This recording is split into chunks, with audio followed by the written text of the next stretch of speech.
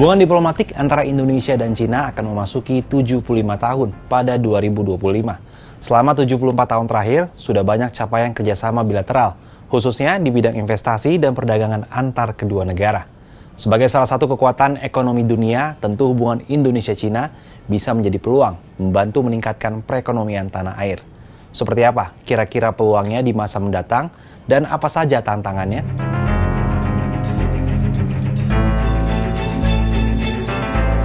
Hubungan dekat Indonesia-Cina beberapa waktu terakhir tercermin dari relasi antar kepala negara. Presiden Joko Widodo tercatat sudah 3 kali mengunjungi Cina dan bertemu dengan Presiden Xi Jinping selama 2022 hingga 2023. Demikian pula Xi Jinping yang beberapa kali mengunjungi Indonesia. Terbaru Menteri Pertahanan Prabowo Subianto juga melakukan kunjungan ke Beijing tak lama usai ditetapkan sebagai presiden terpilih oleh KPU.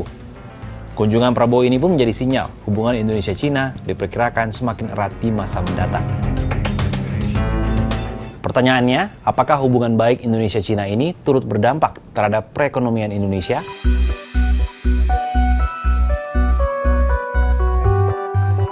Duta Besar RI untuk Cina Jauhari Oratmangun dalam wawancara dengan Kompas Senin 9 September 2024 di Jakarta mengungkapkan hubungan erat Indonesia-Cina berdampak baik bagi perekonomian tanah air.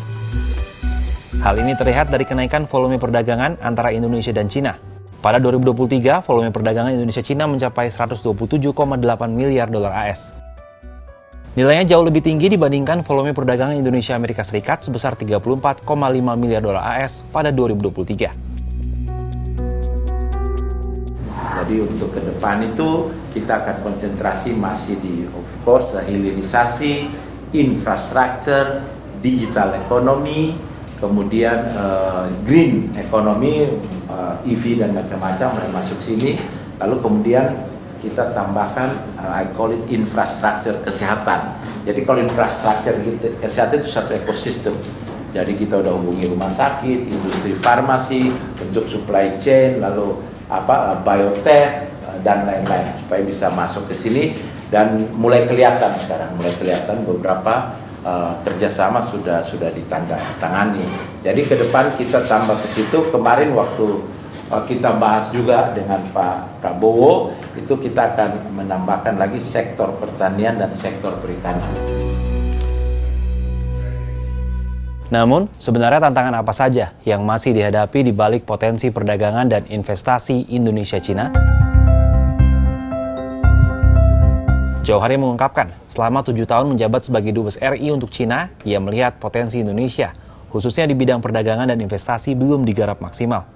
Meski tergolong cukup tinggi, volume perdagangan Cina dengan Indonesia masih kalah dibandingkan dengan negara-negara ASEAN lainnya, seperti Vietnam, Thailand, Singapura, Malaysia, dan Brunei Darussalam.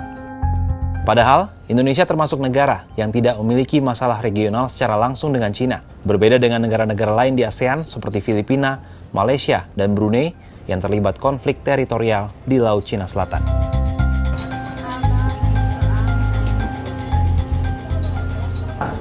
Kita itu ASEAN nomor 5. Kan susah di otak saya menerima kenyataan pahit ini. Bahwa you consider us as your comprehensive strategic partner and Indonesia is the leader in ASEAN. And yet itu nggak refleksikan di angka gitu loh. Kan come on, we are number 1 economy in Southeast Asia and yet we are number 5 in terms of trade between two countries. Pasti ada yang nggak beres. Let's sit together and then cari penyelesaian. Karena saya bilang kalau continue seperti ini, jangan expect bahwa persepsi orang Indonesia terhadap China itu akan tetap sama, nggak akan berubah. Karena kita belum dapat benefit dari itu.